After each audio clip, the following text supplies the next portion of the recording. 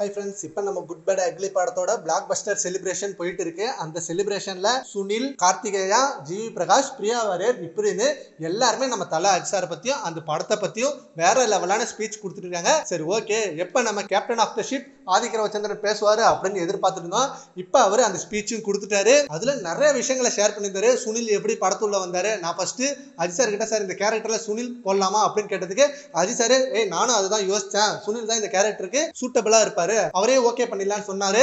And இந்த படத்துல அஜித் சாருக்கும் சுனிலுக்கும் உள்ள பாண்டிங் ரொம்பவே ஸ்ட்ராங்கான பாண்டிங்கா இருந்தது. இப்படின்னு எல்லா விஷயத்தையும் பேசி முடிச்ச உடனே அங்க இருந்த ஆங்கர் AK64 டைரக்டர் யாரு அப்படின்னு கேட்டதுக்கு எனக்கு இப்ப வரைக்கும் தெரியாது, ஆனா இப்ப இந்த நிமிஷம் இந்த செகண்ட் இந்த மொமெண்ட்டை நான் ரொம்ப என்ஜாய் பண்ணிட்டு இருக்கேன், ரொம்ப ஹாப்பியா இருக்கேன். இன்கேஸ் எனக்கு அஜித் சார் இன்னொரு சான்ஸ் கொடுத்தாருன்னா நான் தான் most happiest person again same டீமோட ஒர்க் பண்ண போறதுக்காக அப்படின்னு சொல்லியிருக்காரு. அண்ட் ஆல்ரெடி இப்ப கொஞ்ச நாளா படம் வந்ததுல இருந்து AK64 ஆதித்ய ரவிச்சந்திரன் தான் பண்ண போறாரு.